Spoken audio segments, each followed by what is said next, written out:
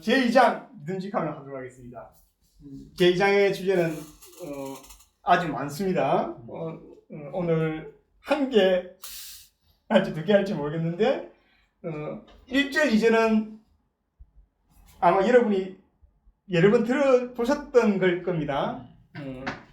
한 번도 안 들어본 분도 있을 거야. 여기 유튜브 보시는 분들은 한 번도 들어본 적이 없을 것 같고, 여기 계시는 분들은 한 두 번 들어봤을 겁니다. 그래서 한 두 번 들어봤겠지만 그래도 한 번 복습한다는 개념으로 설명하겠습니다. 그래서 첫 번째, 두 번째, 이제는 명제라는 개념이 어떻게 출현하느냐, 어떻게 나타나냐, 이 개념이 왜 필요하냐에 대한 이야기예요.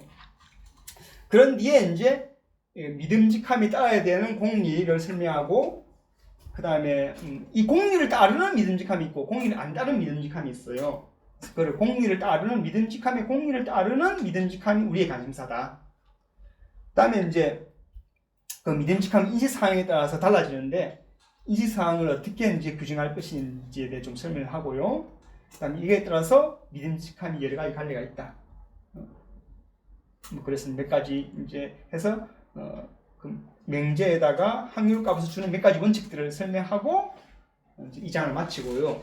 다음 줄에서는 이제 그 새로운 정보가 들어왔을 때 명제가 어떻게 바뀌어야 되는지에 대한 규칙을 설명하도록 하겠습니다. 자, 오늘 다룰 내용이 좀인데 진성님이 오늘 요약을 한번 읽어볼까요? 제2장에서 다룰 내용. 우리가 명제를 상정해야 하는 상황은 마음 현상의 해석 상황에서다. 마음 현상을 물질 현상으로 되돌리지 않으려면 명제를 물질화하지 말아야 한다. 일단 명제 개념이 세워지면 이 개념 위에서 믿음직함의 공리를 세운다. 그 다음 믿음직함의 공리를 따르는 헤아린 믿음직함에 우리 관심을 집중한다. 남은 일은 믿음직함을 매길 인식 상황을 규정하는 일이다. 인식 상황을 규정한 뒤 무차별 원리를 써서 명제의 믿음직함을 매긴다. 예, 좀 뭐 새로운 개념도 나오고 하는데 이런 이야기들을 다루겠다는 이야기고요. 2.1절 믿음의 물질화라는 제목인데 물질화해서는 안 된다 그런 이야기고, 물질화하려는 시도가 고대로부터 현대까지 계속 지속되어 왔다. 근데 물질화하면 안 된다는 그런 얘기 하고 싶습니다. 자, 믿음이 언제 나타나냐? 행위자의 의도 행위를 해석자가 해석할 때만 나타난다. 그래서 이제 근데 그 예를 들어서 이렇게 이제 얘 떨어지고 싶었나? 얘 떨어지고 싶은 내 모이네. 이렇게 할 때는 언제 하냐? 얘가 의도적으로 떨어졌다고 생각할 때. 의도적으로 떨어졌다고 생각할 때 그러는 거야. 걔가 이렇게 막 이렇게 뭐 동물이든 오면, 우리 고양이가 오면 나를 집사로 받아들이려고 생각인가? 집사 픽인가? 이렇게 걔가 의도적으로 왔다고 생각할 때, 그렇게 할 때 그렇게 한다는 거죠. 근데 의도적인 행동이라고 생각할, 사실은 의도 행위가 아닌데 걔가 의도가 있어 라고 믿음을 주는 사례가 많았어요. 그게 일종의 애니미즘이라고 생각해요. 애니미즘. 근데 이게 그 현대 자연과학이든 생물학이든 뭐 이렇게 철학이든 현대 애니미즘이 판을 치고 있다라고 생각해요. 저는 사실은 의도 행위가 아닌데도 마구 믿음을 막 부여하는 거지. 마구 믿음을 부여하는 건데, 이런 방식은 그다지 좋은 학문적 방법이 아니다라고 생각해요. 근데 우리한테 예를 들어서 영웅님한테 믿음을 주는 거 애니미즘에 하지 않는다고. 그 이유는 이 사람의 행동은 의도 행동이라는 우리의 믿음이 있기 때문에, 우리 그렇게 생각하기 때문에, 가정하고 있기 때문에 그렇다는 거죠. 이제 믿음을 주는 행동은 이제 의도 행동이 있을 때 믿음을 준다. 근데 이제 그거를 굳이 이제 그 믿음을 부여하는 방식에 관련된 두 가지 연구가 있는데, 믿음을 또 이해하는 방식 중에 하나예요. 누가 몸을 움직이는데 이 움직임을 이해하는 두 가지 방법이 있다. 하나가 행동적 연구 방법에서 이렇게 이해해. 쥐 같은 걸 해서 이제 쥐가 이제 그 물에 빠뜨리는데 쥐가 이렇게 하는 거야.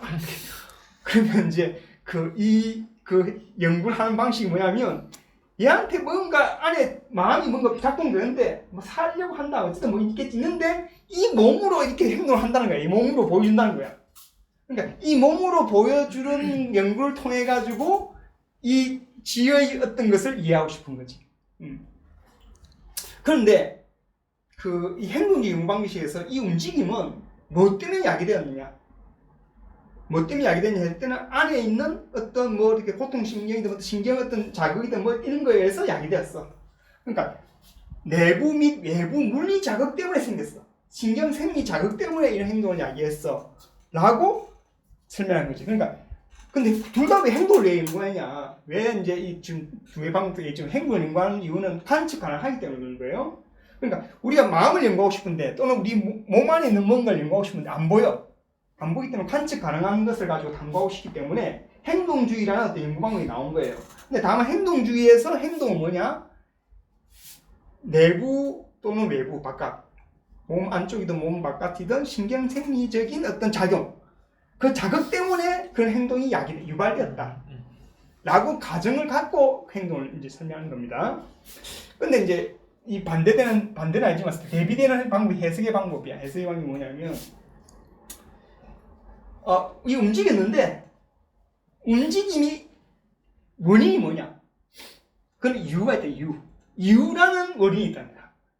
좀 어렵지. 이유라는 원인, 리즌이지. 이유라는 원인이 있어가지고, 보통 우리가 동기라고 하기도 하고, 목적이라고 하죠. 이유라는 그 원인이 이 행위를 낳았다. 또 행동을 낳았다 해요. 그러면 이 이유가 움직임을 낳았다 할 때 이 움직임을 보통 의도적인 행동이라고 하는 거죠. 그래서 이제 두 개를 다루는 거지. 이 세상의 움직임에는 그냥 의도 없는 움직임이 있고 의도 있는 움직임이 있어. 의도 있는 움직임이 뭐냐? 이유가 있어가지고 그 이유가 이 움직임을 낳았다는 거지. 그런 방식으로 이제 보면서 이유가 얘를 일으켰다라고 어떤 보려고 하는 방법이 이제 해석의 방법이라는 겁니다. 자연과학에서는 이런 방법도 싫어해요.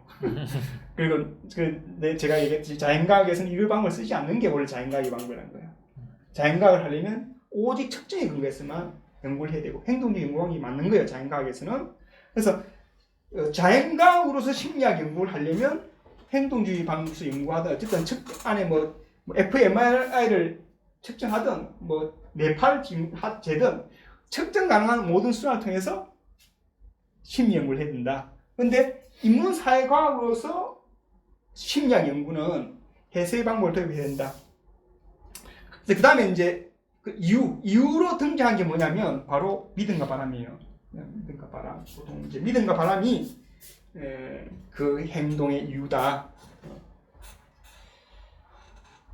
그래서 믿음과 바람이 있어가지고 그 믿음과 바람이 뭔지 모르겠지만 그게 이제 있어서 그게 그것 때문에 행위가 야기되었어라고 이제 하는 이론이 보통 결심이론, decision theory라는 이론이에요. 근데 난 그걸 이제 결심 이론이라 부르는 것보다는 행위 이론이라 부르는 게 좋겠다라고 생각합니다. 그리고 이제 그 어떤 사건이 있는데 어떤 몸 움직임이 그 어떤 이유가 있어서 그 이유가 그 움직임을 낳았다라고 말함으로써 그 움직임을 설명하는 방식을 보통 이유 설명 reason explanation이라고 그러는데 이유 설명은 이제 인과 설명 중 하나야. 과학에서 설명이 엄청 중요하거든요. 설명이 중요한데 설명 중에서 인과 설명이 있어. 현상을 보고 이 현상이 왜 일어났어? 이 원인 때문에 일어났어 라고 이야기해주면 우리한테 설명이 돼. 아, 그래서 일어났구나. 그러니까 설명하는 방식 중에서 인과 설명이 엄청 중요한 설명이에요. 과학에서 주로 많이 쓰는 설명이야. 이제 이 얘가 원인이 되어서 얘가 일으켰어. 인과 설명인데 행동주의에서는 원인이 물리자극이야. 신경생리작용. 신경생리자극이 이 행동의 원인이야 라고 하는 거고 이유 설명에서는 이유가 얘의 원인이야 라고 얘기하는 거죠. 행동의 원인. 근데 이유가 그때 든 이유가 바로 이제 믿음과 바람이다. 근데 왜 내 믿음과 바람을 물질화해서는 안 되냐? 물질화하는 순간 이유 설명이 사라지겠죠.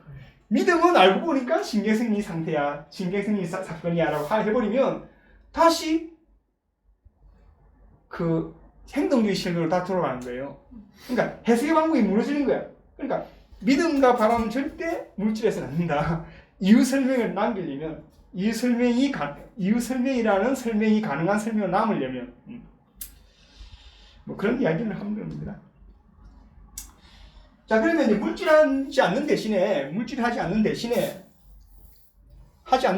이제 믿음과 바람을 어떻게 설명하냐면 얘는 신경생리 사건이 아니라 그렇게만 보지 말고 얘는 명제에 대한 태도야 하면서 명제라는 게 등장한다는 거야. 그러니까 다시 말해서 믿음이라는 건 뭐냐면 이 믿음이 있는데 믿음을 우리는 왠지 몸의 신경생리 상태로 보고 싶어. 그런 욕구가 있어. 자연과학적으로 보면 믿음을 몸의 신경생리 상태로 봐야 돼. 그래야만 자연과학적 접근 가능해. 근데 믿음을 신경생리 사건으로 보는 순간 믿음이 이유로서 역할이 사라지는 거죠. 이유가 아닌가 이제는. 그럼 얘를 이유로 만들어 주려면 얘가 물질화 시키지 말고 명제에 대한 태도다. 명제에 대한 태도다라고 하면서 명제라는 개념이 이제 최초 등장이 되는 거지 이제 명제. 그러니까 딴 말로 명제는 뭐냐? 처음부터 등장할 때 물질화 시키지 않으려고 물질이 아니었던 것으로 만든 어떤 가상물이라는 거야. 근데 얘는 존재물이 아닌 거지 존재물. 그래서 명제라는 게 나왔다 그런 이야기입니다. 명제가 왜 나왔느냐? 근데 이게 너무 설명이 어렵다. 명제에 대한 태도, 믿음은 명제에 대한 태도인데 그러면 명제에 대한 태도가 뭐지? 우리가 뭐 신경생리 상태는 뭔지 알겠어. 뭐 신경이 어떻게 구성되어 있고 안에 호르몬이 어떻게 흐르고 신경균단 물질이 어떻게 흐르고 이건 알겠어. 뭐 전류가 어떻게 흐르고 이건 알겠어. 근데 명제의 태도는 뭐야? 이렇게 어렵잖아요. 어려워서 유비를 시켜 대비 이걸 이야기한 대비. 그래서 측정의 방법과 그 해석의 방법을 대비를 시키고 이 각각의 대비에서 등장한 게 있는데 그걸 잘 보자는 겁니다. 그래서 명제의 태도를 이해하려면 이 짝이 되는 해석의 방법에 짝이 되는 측정의 방법에서 이 짝을 잘 보면 되겠다. 자, 측정의 방법을 승호님 읽어볼까요? 측정의 방법. 물체의 움직임을 설명하려고 물체에 물리량을 준다. 이 물리량들이 잘 짜인 값을 지니도록 수와 단위를 상정한다. 네, 측정의 방법 원래 이제 물체들이 있으면 물체들이 있는데 물체의 움직임을 설명하려고 물량을 주는 거지. 전하량, 질량, 뭐 크기 같은 걸 주는 거죠. 이제 주는데 여기까지 똑같지. 이제 여기는 물체의 움직임을 설명하려고 물체에 물량을 주는 거. 그 다음에 행위자 행위를 설명하려고 행위자에게 마음 속성 이유를 주는 거지. 명제틀을 주는 겁니다. 똑같아 여기까지는 주는데 그 다음에 이제 물리량을 이제 기술하기 위해서 이 측정의 방법에서는 새로운 어떤 가상물을 도입해. 가상물, 상정물, 인식의 어떤 걸 설명하기 위해서 주는 게 뭐냐면 수와 단위야, 수. 근데 수를 다시 존재화시키면 안 되는 거지. 수를 1, 2, 3, 4. 여러분이 수를 생각할 때 3, 1, 2, 3 이건 수가 이거 숫자예요. 숫자. 수를 표현한 거야. 1이 가리키는 게 뭐 있죠? 1이 가리키는 게 있는데 그게 수야. 1이라는 수고 요 2라는 숫자가 이 글자인데 숫자가 기호인데 이 숫자 2를 가리키는 어떤 2라는 수가 있어. 3이라는 숫자가 가리키는 어떤 3이라는 수가 있어. 근데 이 수를 다시 물질로 하거나 사물화해서는 안 된다는 거야. 물량인데 물량은 뭐 10kg이잖아. 10kg 이걸 다시 물질로 바꾸려면 이 물량에는 가치가 사라져. 물량을 못해. 물량은 우리가 이 어떤 걸 물을 쟀단 말이야. 저울에 달아서 이렇게 기울었어 이렇게 물 하나 재는데 기울었어. 여기 있는 것보다 얘가 더 무겁네. 무겁기 때문에 여기보다 큰 수를 주겠다. 어떤 이렇게 물리적인 현상을 설명해서 여기다가 숫자를 준 건데 이 숫자를 다시 물질을 해버리면 이 수를 다시 재야 돼. 이 3을 또 이 수를 이 3이라는 걸 또 물량을 줘야 되잖아. 그러니까 무한히 또 반복되겠지. 그러니까 수 자체는 이걸 존재화시키거나 물질화시키면 안 된다는 거예요. 이거는 인식의 구성물. 우리가 자연 세계를 알아갔을 때 알아가는 걸 알아가려고 물량을 주고 알아가는 걸 설명하기 위해서 만드는 어떤 그 인식의 구성물이다. 수와 단위도 그때 킬로그램 킬로그램이 물질이 아니야. 킬로그램. 이 양팔적으로 재우는 게 이런 현상인데 이렇게 잴 때 이렇게 바뀌는 거 이렇게 바뀌는 요거를 킬로그램이라는 어떤 개념을 가지고 하자. 그다음 길이는 자로됐을 때 길이가 좀 짧고 길고 있는 걸 미터로 하자. 미터와 킬로그램은 다른 방식으로 어떤 상호작용하는 어떤 것이고 마찬가지로 명제도 마찬가지지. 명제인데 이렇게 믿음이라는 게 있는데 믿음 아까도 했지 믿음이 있는데 뭐 킬로그램이 있는데 어떤 건 1kg, 어떤 건 2kg, 3kg이잖아. 믿음이 있는데 비가 온다고 믿음, 비가 안 온다고 믿음, 내가 뭐 한시가 없던 믿음, 각자 믿음이 다른데 이 믿음을 다름을 설명하기 위해서 뭔가를 써야 되지? 이 숫자로는 안 되니까 명제라는 걸 줘가지고 A라는 믿음, B라는 믿음, C라는 믿음 이렇게 해서 구별시키기 위해서 명제를 이제 만들어낸다. 자, 태도도 믿음이라는 것하고 바람이라는 건 다르잖아. 미터와 킬로그램이 다르듯이 바람하고 또 믿음은 다르거든. 믿음은 참되게 얘기하는 거고 참이라 얘기하는 거고 이 바람은 뭐 참이게 기다리는 건지 모르겠는데 좀 달라. 약간 달라. 여기는 거 기다리는 거 약간 다른데 어쨌든 믿음과 바람은 다른 태도야. 다른 태도. 그래서 이제 단위가 킬로그램과 미터가 다르듯이 바람과 믿음은 다른 거다. 그다음에 믿음에도 여러 가지 종류가 있기 때문에 그 믿음을 표현하기 위해서 이제 명제를 준다. 근데 아까 말했듯이 수를 다시 물리량화 시키면 안 되고 존재화시키면 안 되듯이 명제도 다시 물질화시키거나 존재화시키면 안 된다. 뭐 그런 얘기입니다. 네.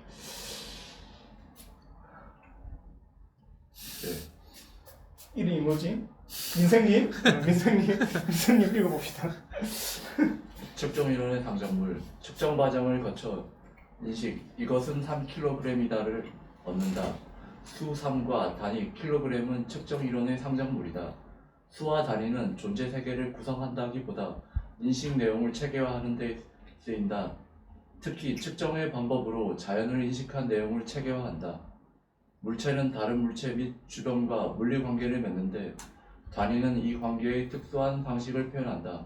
미터, 초, 킬로그램 따위는 물체가 세계와 관계 맺는 방식을 제각기 다르게 표현한다. 수는 그 관계의 색이나 크기를 대소 관계와 비율 관계로 구조화한다. 다음 승환님. 우리는 해석 과정을 거쳐 인식, 그는 지금 비 온다를 믿는다를 얻는다. 명제 지금 비 온다와 태도 믿음은 해석 이론의 상정물이다. 수 및 단위와 마찬가지로 명제와 태도는 존재 세계를 구성하지 않는다. 이것들은 해석의 방법으로 사람들의 사회를 인식한 내용을 체계화하는 데 쓰인다. 행위자는 다른 행위자 및 주변과 마음씀의 관계를 맺는데 태도는 이 관계의 특수한 방식을 표현한다. 믿음과 바람은 행위자가 세계와 관계 맺는 방식을 제각기 다르게 표현한다. 명제는 그 관계의 내용을 논리 관계로 구조화한다. 아무튼 그렇게 해서 이제 명제가 이제 뭐 등장했다. 그런 얘기고요. 진성님, 요거요. 명제를 물질화하려는 욕구. 많은 학자가 명제 태도로서 믿음을 신경생리 상태나 그런 상태의 기능, 역할로 이해한다. 명제 개념 없이 믿음을 이해하려고 애쓰자마자 그는 믿음을 신경생리 상태나 그런 상태의 기능으로 이해할 것이다. 믿음을 물질화하는 일은 인식론을 자연과학 탐구로 바꾸는 일이며 나아가 인식론 자체를 포기하는 일이다. 네. 심리학은 자연과학 방법으로 개별 수학자의 천재성을 설명할 수 있지만 심리학이 수학의 구조와 내용을 설명하지는 못한다. 수나 집합을 물질화하고 신경생리 사건화할 때 학문으로서 수학의 객관성은 사라진다. 마찬가지로 과학의 구조와 내용을 이해하려는 과학 철학자는 과학의 묻 명제를 물질화하지 않는다. 쿼크와 렙톤이 존재 세계를 이룬다고 믿는 물리학자조차도 자신들의 물리학 명제들을 물질화하지 않는다. 과학자가 아니라 누구라도 자신이 참이라 굳게 믿는 명제를 자기 머릿속 한낱 신경생리 작용으로 여기지는 않는다.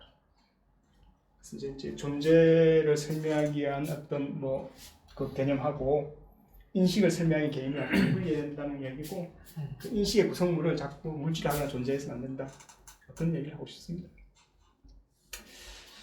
뭐 여기까지가 이제 일단 이제 명제 그 믿음을 자꾸 그 물질화 하려고 하는 어떤 동기가 있는데, 어떤 뭐 텍스트마다 있어요. 다 있는데 그거를 당연히 믿음을 이제 그렇게 연구하는 것이 나쁜 건 아니에요. 우리가 믿음을 갖는 이유가 몸에 쓰는 일이기 때문에 그렇게 연구할 수 있어. 그건 자연과학 연구야. 근데 우리가 인신론 탐구를 하고 싶어. 우리가 왜 이 세상을 알게 됐지? 또는 물리학이 어떻게 가능하지? 또 수학이 어떻게 가능하지? 설명할 때는 우리 몸을 아무리 들여다본다 하더라도, 신경사건 아무리 들여다본들 그걸 설명할 수 있지 않다. 다만 이 사람은 천재인데 왜 이렇게 천재지? 하는 설명이 가능해. 그런 거는 할 수 있어. 그래서 뭐 아인슈타인 두뇌 가지고 연구도 하고 하겠죠. 두뇌의 신경 연결망이 보통 사람보다 엄청나게 많아. 뭐 이렇게 할 수도 있고 뭐 다른 걸 할 수 있겠지. 이제 그렇지만 그렇게 아인슈타인의 두뇌를 연구한다고 해서 아인슈타인의 상대성 이론이 어떤 식으로 이 세계를 규명해 주는지가 드러나지 않아요. 아인슈타인이 주장한 이론은 이론 그대로 물질적인 책으로 보지 말고 명제의 책으로 봐서 이해해야 된다는 거지.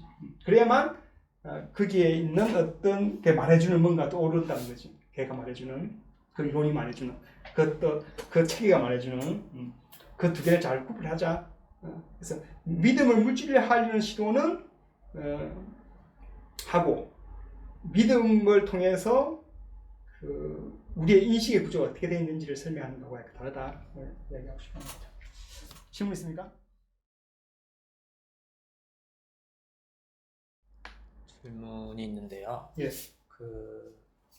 지금 저희가 확률을 다루고 있고, 예. 지금 선생님께서 제시하신 문제 의식이 일어남직함과 믿음직함을 구분하지 않은 이제 예. 확률 개념에 혼동이 있고, 예.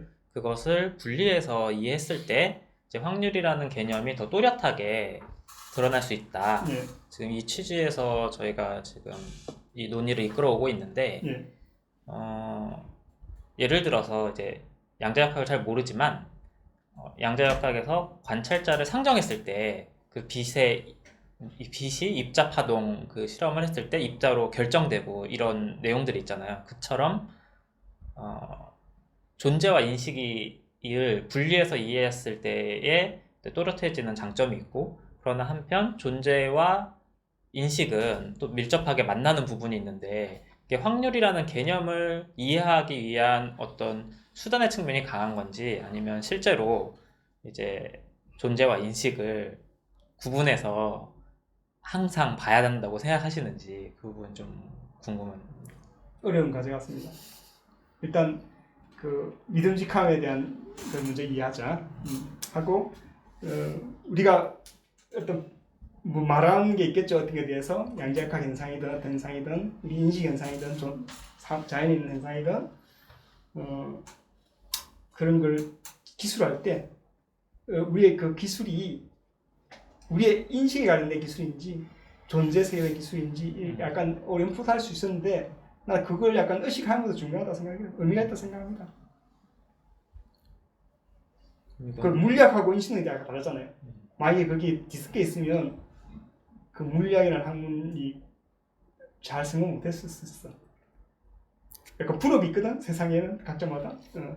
학문에도 약간 분업이 있는 것 같기도 해요. 물론 이제 그 분업 중에서 나 같은 철학자는 그 각자 하는 거를 이제 다 같이 한번 보는 거지. 근데 각자의 전공 분야가 있어서 잘하는데, 나는 각 전공은 못하지만 각자가 하는 것을 같이 살펴볼 수 있는 역할을 할 수 있는 거고, 그래서 각자의 분업이 있는 것 같아요. 그래서 존재와 인식을 다 같이 보려고 하는 그 분업, 그런 일을 하려고 하는 사람들은 마찬가지로 각각 인식론을 탐구하는 어떤 활동과 그 자연세계를 탐구하는 것 또는 사회를 탐구하는 것, 각자 또 전공 분야들의 하는 거 약간 또 알아야 되는 것도 약간 있어.